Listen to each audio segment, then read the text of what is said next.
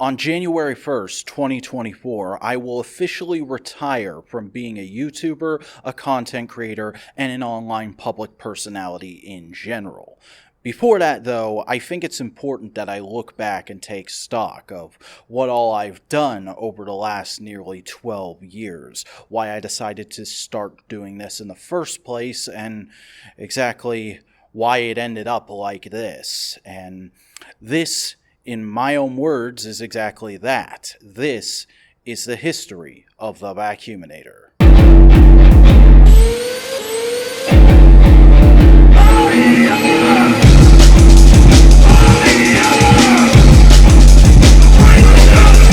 My childhood wasn't exactly what you'd think. Sure, I got the normal early developmental bliss that most children here in the Western world tend to get, but that all changed during preschool when the Georgia school system decided that in order for me to move on to the first grade, I would need to be put on Ritalin. Because in their words, I was being disruptive in class, and my words, hearing the story years later when I wasn't able to remember any of it at the time,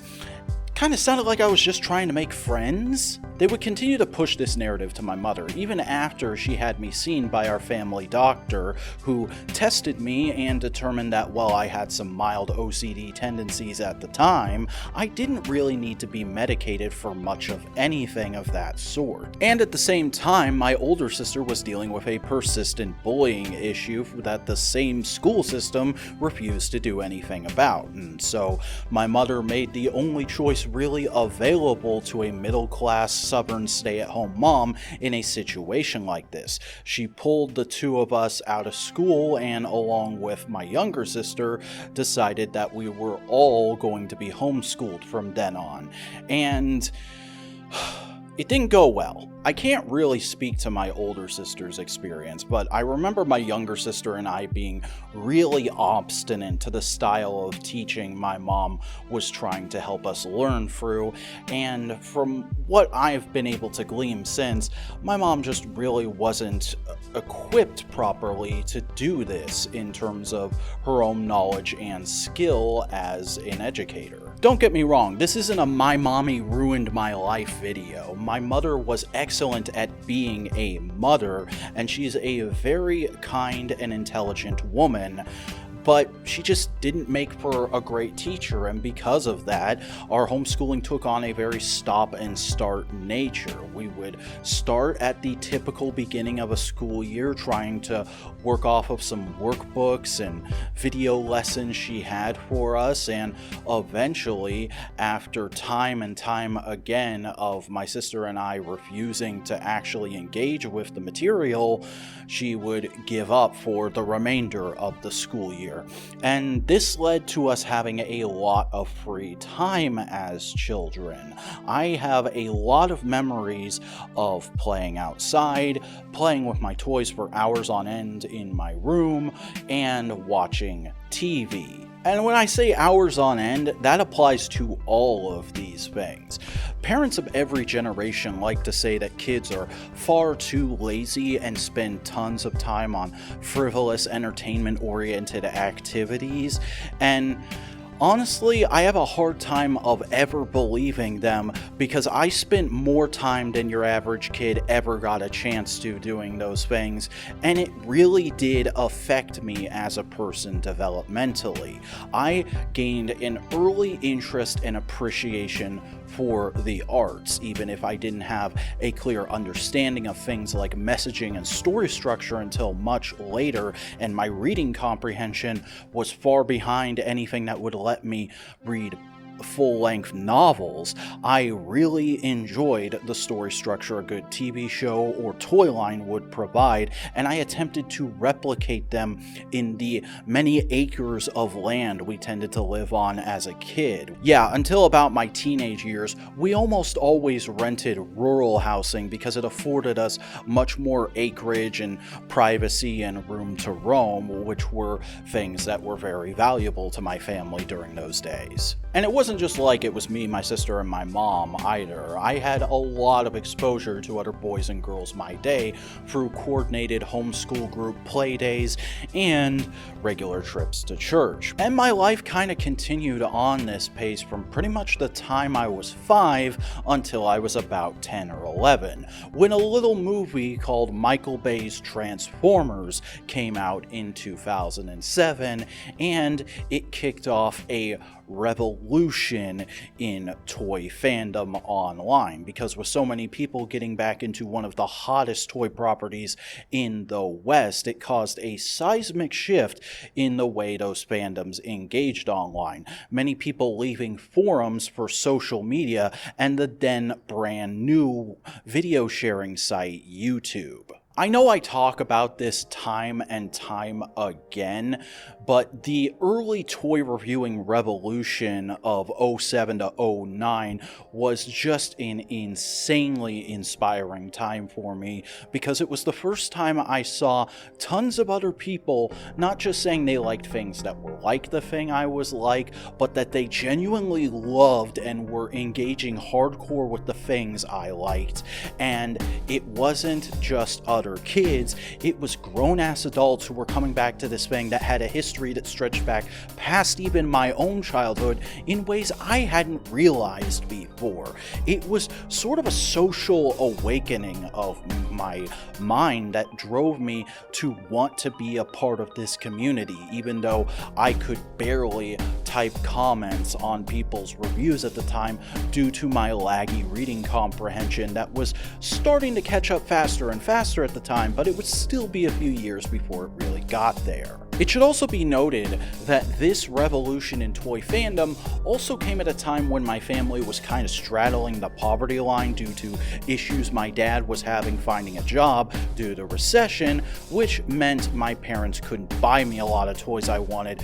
so the only way to really engage with new product that was coming at the time was vicariously through people's reviews. And this led to me watching a lot of reviewers who now I would think twice about even mentioning the name of's reviews over and over again, because it was the closest I could get to actually laying hands on and playing with certain toys. It turned into a full-on obsession at times, admittedly, and it led me to realizing that this is what I wanted to do with my life, especially when I started hearing talk of the YouTube Partner Program. The idea that you could make a living playing with toys on the internet would totally floor any kid at that age, but for me, it was like a pure siren song, drug-addled obsession. I had to get involved with this some way, somehow, but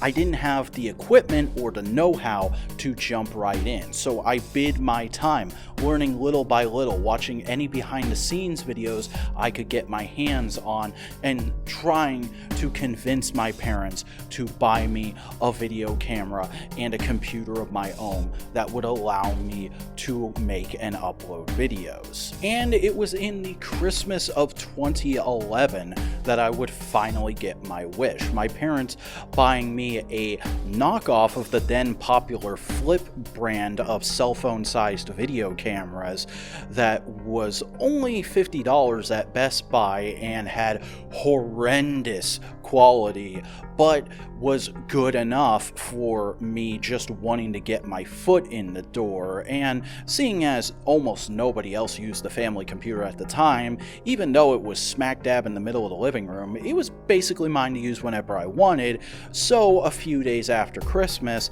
because I was eager to get started and excited that a reviewer I was a fan of was going to be doing a live stream on a now defunct streaming site that I can't even remember the name of, talking about the then brand new Tron Legacy movie, which I was absolutely in love with and still am to this day, admittedly, that I talked my mom into helping me set up an account on that live streaming site and YouTube, because this was way back before YouTube even incorporated live streaming into their systems. So you had to do everything separately, and it was also a bit of a ball ache to set up an account anywhere for two people who were only kinda net savvy. Case in point, the YouTube account I made on that day doesn't even exist anymore because it was made in the days that were years before you could change the name of a YouTube channel, and because my mom and I didn't understand concepts like using a dash or an underscore to separate words, when we found out we couldn't have the accounts be called the space Vacuuminator, we shortened it to Vacuumina. But I didn't care. I made a decent first impression with that YouTuber that night, and I was eager to get started, so I began immediately plunging into the first era of me calling myself the Vacuuminator, where I basically reviewed every toy I owned in the classic behind the camera, hand stretching into frame,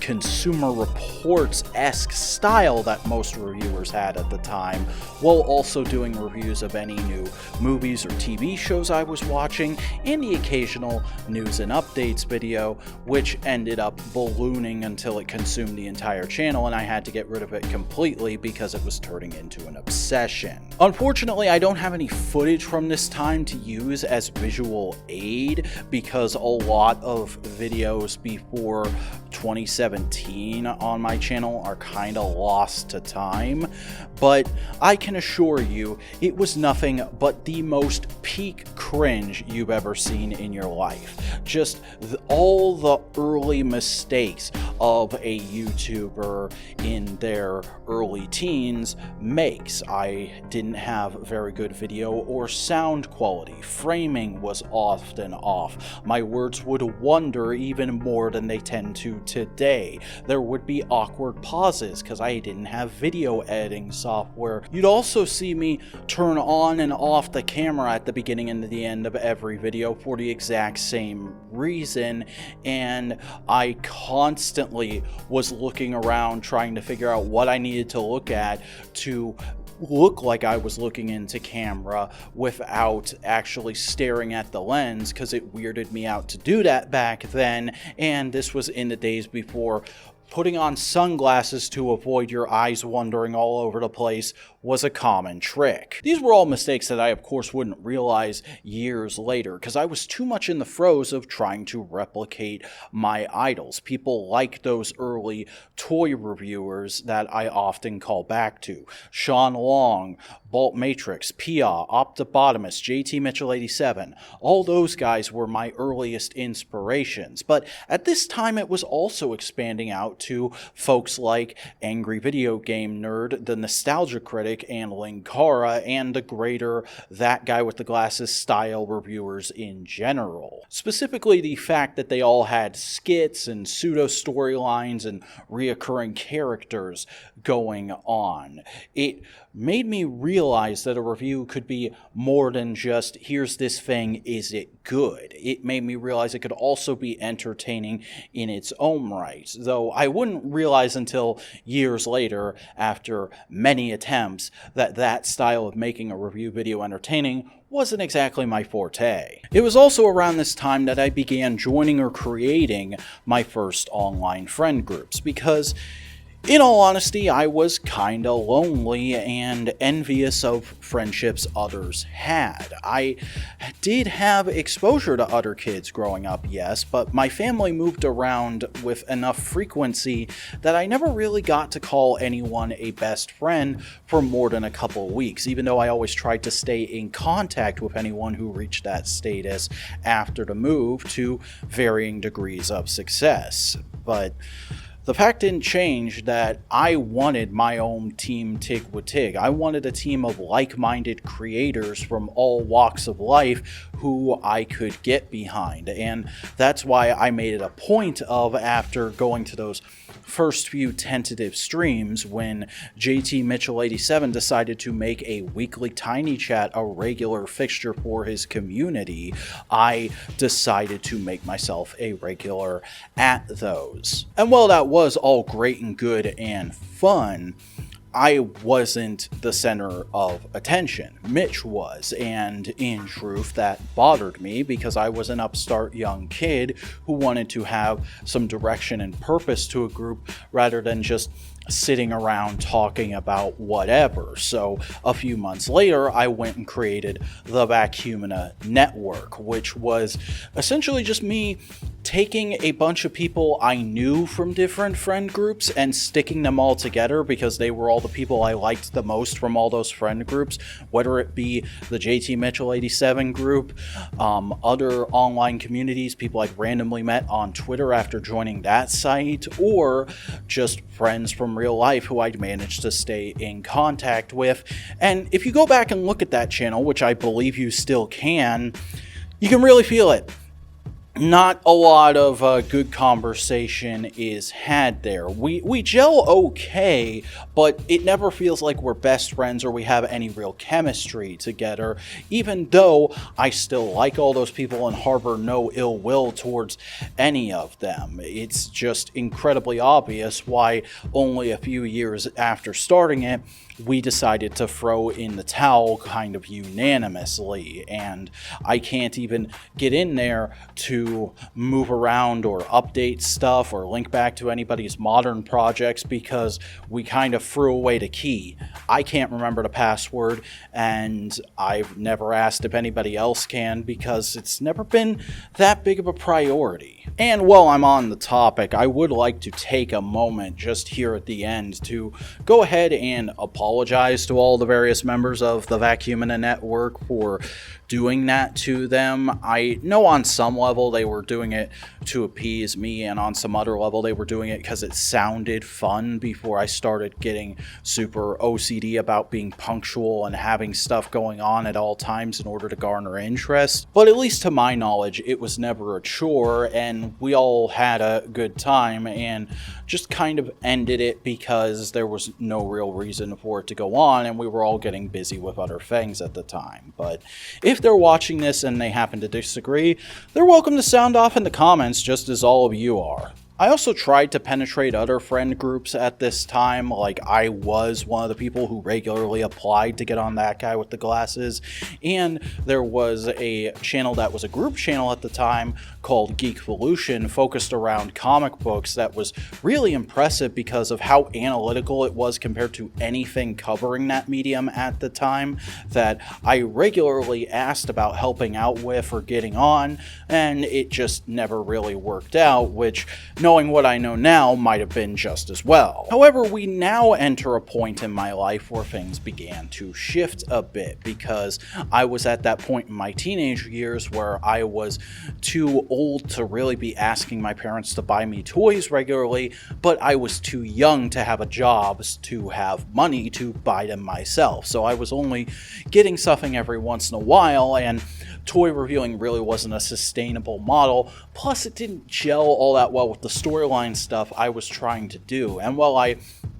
briefly tried to shift to a That Guy with the Glasses like format, I ultimately decided against it because I was beginning to foster a new love in YouTube, because this was at the point when the analytical video essay boom was beginning. I'm not a scholarly YouTube historian, and I don't have a perfect memory, so I can't tell you exactly when video essays began being a thing on YouTube or when I started noticing them, but all I can tell you is the earliest group of people I really became a fan of for doing them was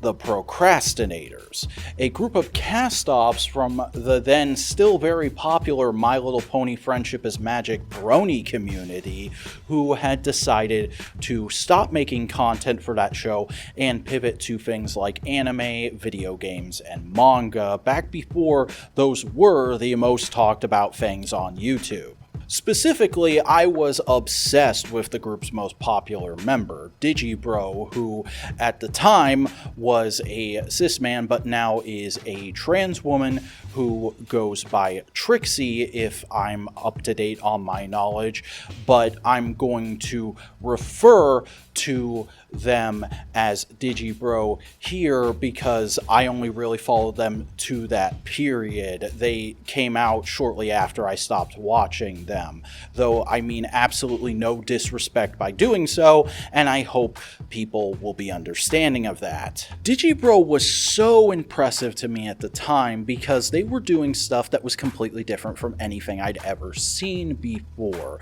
They weren't concerned with typical YouTuber things like having a very clear review structure or remaining objective. They always stuck to their own thoughts and feelings about a piece and their knowledge of the background of the anime industry and how it informed that. You know, they wouldn't go point for point and tell you why something was good or worth your time in watching. They would just tell you the thoughts it provoked about them, whether that be about the piece itself, anime as a greater medium, or their own life and the wider world. And seeing that at a time when I was just beginning to develop real, actual critical thinking skills and wasn't just regurgitating what I'd heard other people who liked the same things as I say, that was kind of revolutionary. And that combined with the sort of counterculture lifestyle they were living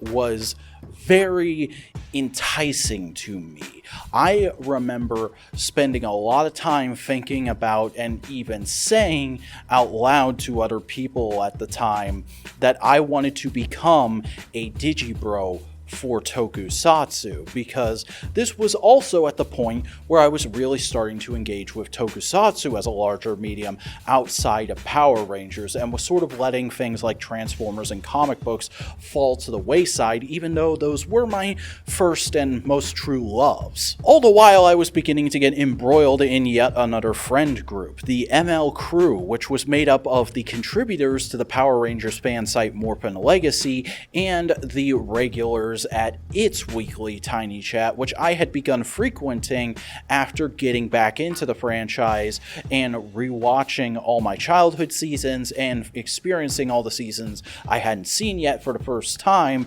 via that huge Netflix dump back in the day just before the 20th anniversary. However, I was definitely regularly chafing in the ML Crew because it was very much an inversion from what you might expect like a guy like me. Once again, I wasn't the figurehead, I didn't get to talk very often, and I was kind of the token straight guy in a group of gay men and women. Don't get me wrong, I liked all those people and counted them as my best friends for the entire time we remained in constant contact. Heck, they were even the first friend group from the internet that I met in person when we all went to Power Morphicon 5 together. But I definitely was having issues being in that friend group because it also came at the point in my teenage years where I began to question my faith and my sexuality, and ultimately decided that while I was a cis straight man, I didn't really believe in any sort of a god. And they definitely helped me along that journey, but I also could have been a lot nicer about that and things in general. I definitely remember a few instances of acting rude or inconsiderately, and for that I genuinely apologize to anyone who is or was a part of that friend group and remembers those things. I was being a stupid shit-headed teenager, and I like to think I've grown from that, but if you still harbor ill feelings to me, hey, I'm going to be gone in a few weeks to take a shit all over the reputation of the Vacuuminator. I genuinely don't care anymore. Eventually, though, I left as amicably as I could and attempted to focus more on my day job, making friends locally, and trying to make my own videos more of a regular success, because I had hit a huge spike early on in my dips into analytical video essays with my Gokaiger analysis and the initial release of Power Rangers Megaforce Sucks. But I didn't just want to be known as a guy who talks about about Super Sentai lovingly and Power Rangers seasons in a very angry and vitriolic way. I wanted to make it clear that I liked a lot of different things, so I began diversifying my topics while also coming back to tokusatsu every once in a while and trying to weave a bit of a narrative about sort of going crazy in my room and developing a split personality and all these different characters that were going to eventually lead to me being at the center of the fate of the multiverse before that was a dirty word. And yeah, it all kind of fell through because of yet another move and upending of my life. I probably could have pivoted and made it work in as clunky of an early storyline on YouTube way as possible, but because of my OCD, which was becoming more pronounced as I charged towards adulthood, I really didn't like the idea of having to change the ideas in my head at all. So I eventually ended up winding it back and pivoting to other formats. I eventually ended up trying to go back to toy reviews, trying to make a combined toy review and analytical diatribe show that kind of emulated the format of a wrestling TV show. I did vlogs, I did playthroughs, I did podcasts on my own, and none of it really worked. There was a lot of floundering around during my late teenage years, and just none of it felt right until eventually I came slinking back to analysis and tokusatsu, and I ended up meeting Boingo Rider. At the time, Boingo was attempting to break into the video essayist scene himself, working on a trilogy of looks at what makes toy reviews on YouTube entertaining by talking about 3 specific YouTubers, one of which was View Adams, who, when he saw Boingo's video, retweeted it, praising it. I saw that, watched it, liked it, and said, oh wow, this guy doesn't have a lot of traction yet, and he's actually really good. This is a rare chance to make a friend with a creator whose content I actually really enjoy. So I reached out to Boingo, and we had a few early sort of trying to feel each other's interests and ticks out Discord calls, which led to the birth of Analytical Fanboys on the channel of the same name that would eventually be renamed to Modular Media when Boingo told me his ideas for a greater YouTuber and content creator in general network. And if you remember nothing else from this video, I hope you really remember that I genuinely appreciate those early days with Boingo so much. He was the best friend I had always been looking for in content creation right when I needed it the most. My dad's health was really starting to deteriorate. My sister was regularly relapsing into her drug addiction. I was working a shitty overnight job at a gas station where I regularly got robbed and screamed at by meth heads, and just generally I felt really depressed and depressionless, and I had no idea what I was going to do with my life now that I was an adult, and I still wasn't successful at YouTube. But because I was talking to this interesting and encouraging person every week about things we both found interesting, or at least one of us really wanted to show to the other, I got more impetus to talk about those things, to want to speak analytically and thoughtfully about the things I like. And I gained confidence in my own ability to speak off the cuff without much of a script or really bullet points or guardrails of any kind, which I really needed because my own OCD need to have a clear script and a lot of research done for a video often crippled my own production speed to the point where it almost made making videos in and of itself feel completely pointless by the time something was done and ready to be uploaded. And Boingo got rid of all of that. You wouldn't have the current modern The Vacuuminator just kind of chatting, going off of my own knowledge and thoughts and feeling style without the friendship of Boingo Rider. And for that, I am truly grateful.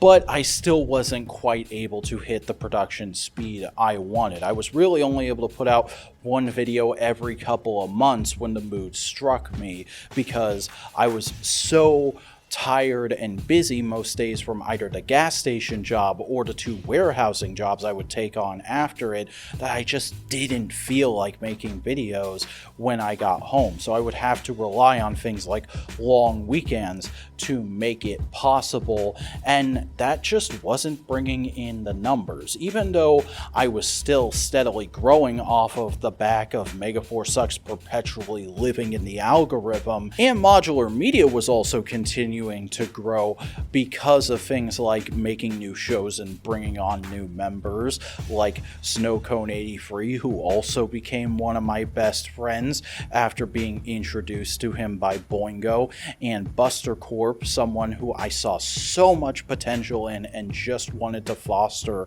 as much as possible. But just things continued to plod along at this only slightly tolerable pace. It's really weird, you know. You'd think I'd be happy at this point, having some decently paying jobs, some good friends, and some at least occasional artistic outlets, but really, I was constantly frustrated because Modular wasn't growing as fast as I wanted it to. I wasn't growing as fast as I wanted it to, and I wondered if that was because I wasn't happy with my channel, or I just wasn't happy with my life, because life wasn't what I expected it to be growing up. I wasn't living on my own yet. I didn't have a girlfriend. I didn't have the money to collect at the volume I thought I would when I was a kid watching adult toy collectors first start getting those big early YouTube checks. And that led to me trying to make some positive changes in my regular life. I started trying to actually get some friendships with my coworkers going. I started seeing a therapist. I started going to the gym regularly. And while all that helped, I couldn't help but feel like I was just distracting myself from things I really wanted to do.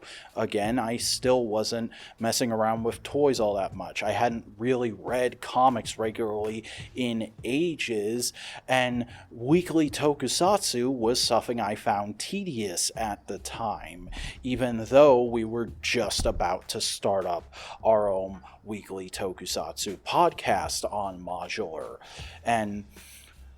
when my dad passed just a year later, it really kind of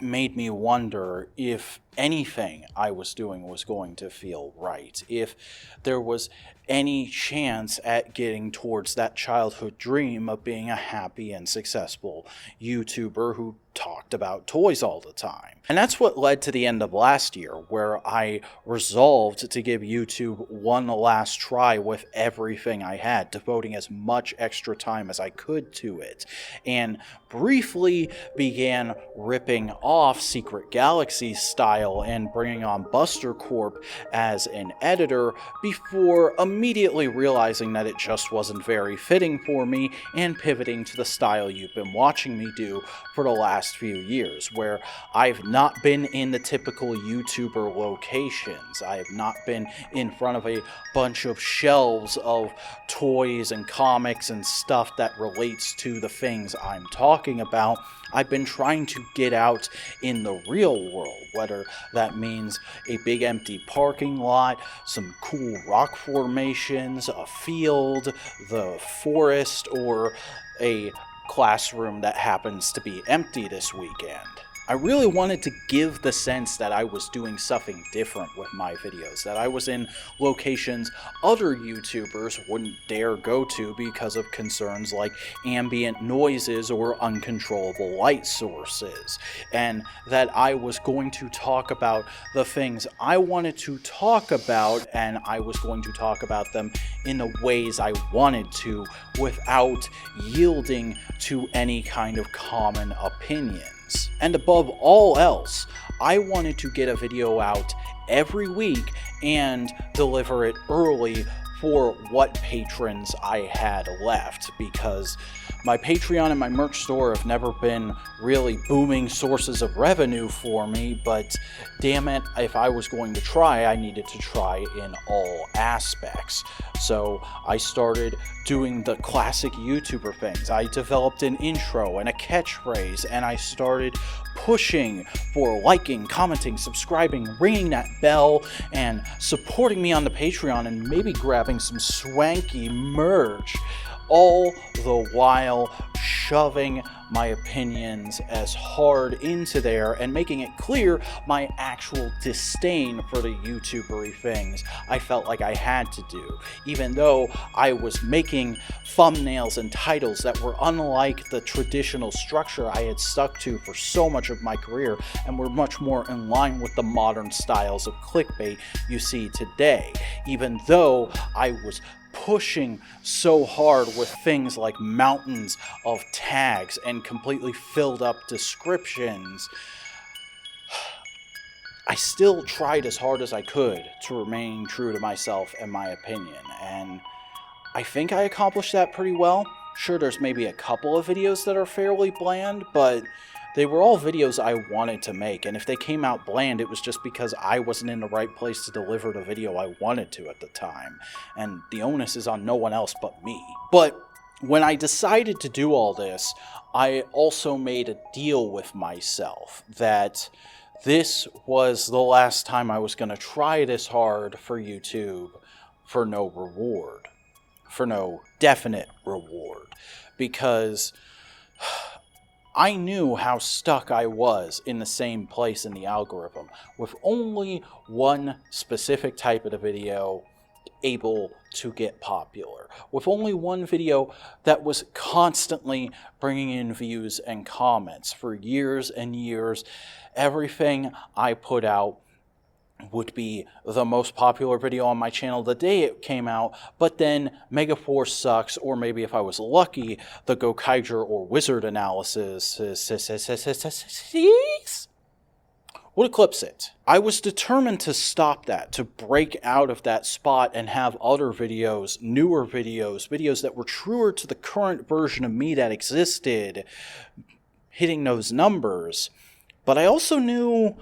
how much of an uphill battle it was going to be, and because of that, I made a deal with myself. If I didn't see a significant turnaround in my spot in the algorithm by halfway through this year, then this was going to be my last year wasting my time on this. Because of a lot of reasons. A lot of reasons that I do need to go over, that I've only begun to scratch the surface of here. So, I guess the first one I really should get into is my complete and utter contempt for you fuckwits. Oh, yeah. Oh, yeah.